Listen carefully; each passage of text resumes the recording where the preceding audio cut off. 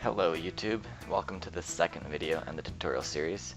In this video we're going to calculate the weight matrix and also create a way to visually represent the weight matrix. We're going to create a way to visually represent the weight matrix so you can have a better understanding about what the variance is and how it's related to the radius of the kernel, or sometimes called weight matrix. Alright, so now without further ado, let's actually create the project and start creating the main class with the main package. The first class we're going to create is going to be called Gaussian Blur, and it's not going to have the main method in it or anything. I'm just going to keep the Gaussian Blur code and the main method code in separate files just for organization. That way you can see what we're testing and what we're making and building. The Gaussian Blur class, I'm going to make it a singleton because if we decide to run multiple threads with it, we only want it working on one image at a time with one thread. But I suppose you don't have to do it that way. Everything inside the Gaussian Blur class would otherwise be static, so I'm just going to create a getInstance method. That would be public static, and then it'll return the instance of the class. Now that we have that private member blur, we can do a null check. So this way, every time we call the getInstance method, it will initialize our instance only once if it's null. If you don't know what a singleton does, now you do. That's all it does, really. Obviously, I forgot to make that static. Now it's static. Alright, so that's those two. And the constructor is all hidden. Now we can start typing out our weight method, which is going to return a double. This weight method, by the way, is going to, it's that two-dimensional Gaussian model that takes in the x and a y and returns their weight. So this is not going to return our entire weight matrix, but this is going to be used to build the weight matrix. That's why it returns one value. It'll return one value for the element that builds up the matrix.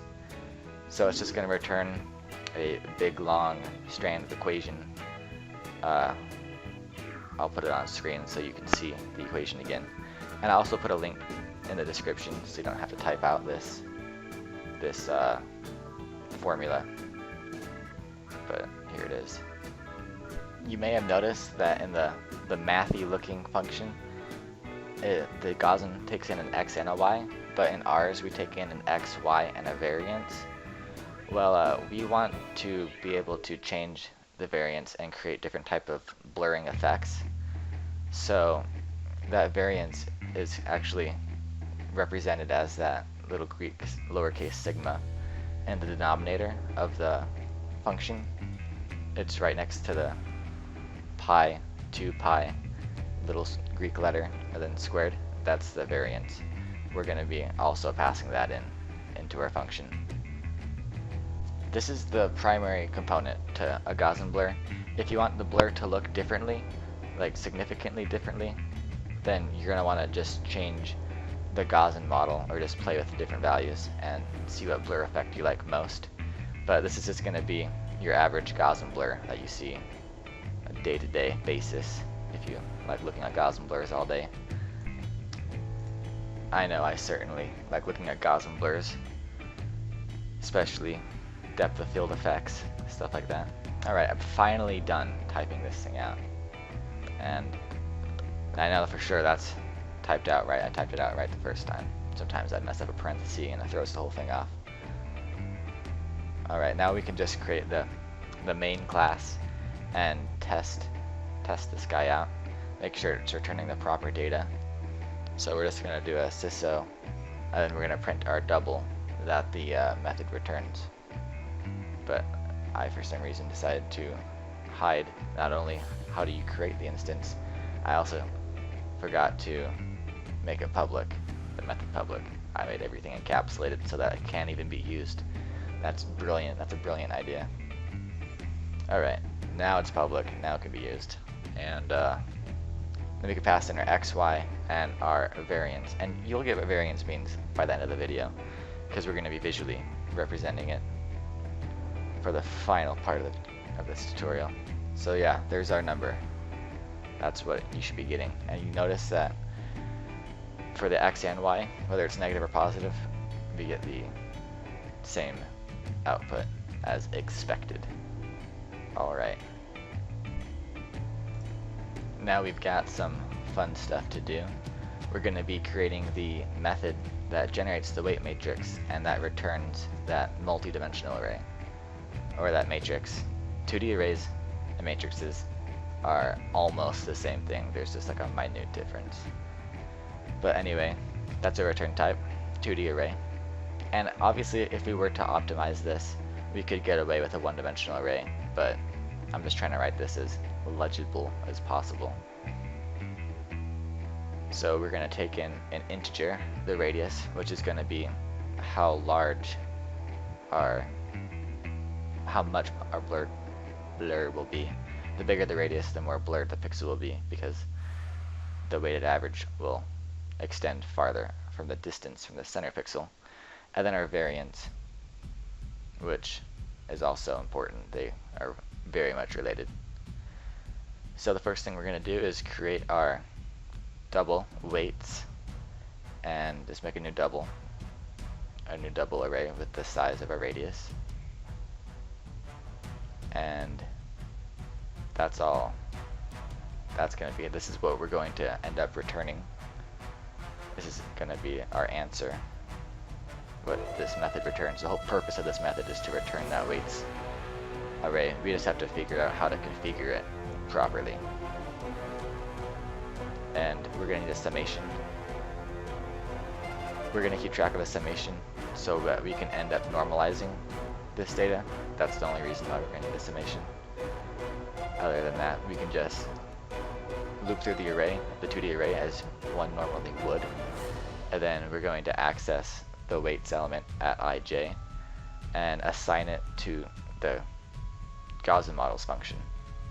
Except with two-dimensional arrays, we start 0, 0 at the top left, when in this algorithm we need to start 0, 0 in the center of the array. So that's why we need to subtract it by half the radius. That way we could skew, or I guess that's diameter, but oh well, it's just a typo in the variable name. Because we need to offset the 0, 0 component, we need to move it from the center. We need to move it to the center from the top left, as it usually is. And then, of course, it takes in a variance. After that, we need to loop through everything again and normalize the data. So we're going to take each ij element and set it divide equal with that compound division operator by the summation. This way everything will have a value that everything will add up to roughly 1.0. I mean, they are doubles, so it'll probably add up to like 0.98 or 0.999999998. Other than that, we could print this thing out just so you could see it. And that's it. That's what this method does. Now we can create weight matrices as easy as this. And if you totally forgot what the weight matrix is, I'll just put a reminder up from my last video. I'll just play this little guy on screen. See, you can see it now. And all I'm doing right now is just printing out the array, the 2D array, nicely so that you can see it. You can see from that little paint.net diagram I drew, the red is the normalized data of our weight matrix, and that's the type of output we should expect given a variance of 1.5. I chose that just for an example. No particular reason. Usually I do the square root of the radius, but you'll see that when we run this, we get, run it. Alright, yeah. The same exact thing for my diagram. If I drew the diagram correctly, this is the output we should expect. Or something like that output. When I drew the diagram, I probably used a different variance, because the variance will affect the different influences over the pixels. Anyway, that aside, now that this method's done, I'm just going to make another summation. You don't have to write this down, just to prove to you that all of our values should add up to 1. And so I'm just going to create another double to store that value, another double variable to store the summation. And then we're going to add that up by the weights at ij. And then after that, we're just going to print out all the addition that we did to add up all the elements together. And look at that. Yeah, it's a lot of 0.9s because they're doubles. And so that's essentially 1. I mean, just because one tiny little bit of precision fell off doesn't mean that's going to have any visual bad consequences that are noticeable. That's all we really need now. We have the Gaussian model, and we have a way to populate a weight matrix. So that's everything we need. Now we can visually represent this data, not three-dimensionally, but like in the diagram above, we can actually we can represent it in a height map-like structure, or there's lots of different ways we can represent it, but if you're familiar with height maps or bump maps, then you'll see that that's essentially what we're going to make, just a grayscale image where the widest pixel is closest to 1 and the darkest pixel is closest to 0. All we're going to be doing here is creating a buffered image, because we're just going to write this image to a file. It's pretty easy to write images to a file. All you need to do is create a buffered image and then call an image.io.write method. That's why I'm using Java, just because I could have used SFML or something like that, because that comes with everything. But we're just going to use Java, because why not? And so that's the image our buffered image. Now we have a blank slate to start to draw pixels to. And we're just going to create a maximum, because we want to know the maximum value out of the whole multi-dimensional. We want to know the biggest weight, what the value is going to be to the biggest weight, because that will be the white pixel. For instance, if our middle pixel, the one in the very center, was like a 0.8, then, and we set the max to like 255, then it would just be gray to black. You want white to black. That's why we're keeping track of the max. So we can just call that math.max function, and it'll return the greater of the two. You know, just so we don't have to type out those ugly if statements and clutter up that for loop. Let's just call that. And then we're going to iterate through the weight matrix again and get the color. We're going to create a color from that weight matrix. Since all these values are normalized to 1, we can just multiply one of the elements by 255 after dividing it by the max, just to renormalize the data again. This way we could scale up the data. So if it's a 0.5, it'll be 50% of 255, or 86% of 255, or 100% of 255. That's what we're doing here. We're just converting it into a value between 0 and 255, so that we can use that for our red, green, blue color value when we create our color here. So we don't have to do this every iteration, but I mean, it's just one method call, and I, for some reason, am doing it every single iteration, but it doesn't really matter. Now we can just convert that into an integer, and then we can just call that image.io.write method, and it takes in 3 parameters. It takes in our image, our buffered image, and then it takes in a format, and then it takes in a directory. Well, it takes in a file object, not just a string. So you have to create a new file, and then type in the directory that you want to create, or that the image is in. But I don't want to really create a whole system of directories, so I'm just gonna punch in the file name which is going to be Gaussian Weights graphed, but I'm going to piddle around with something that's not even part of the constructor's parameters because it takes a new file. Yep, there I go. Now I'm like, it's a new file. Then I'm just going to import that and surround it with a try-catch, and that's it. Now we can just go ahead into the main class and test it. In order to set up this test, we need to create a way to store the weights. We could put this on one line, but I'm just going to split it up into multiple lines by making a reference to weights. So here's our weights variable, and then we're going to generate a weight matrix like so, and then this is where we're going to print the weighted matrix to a file, because all that would need is the weights as a parameter, which we have conveniently located right there. And then if we go ahead and run that, then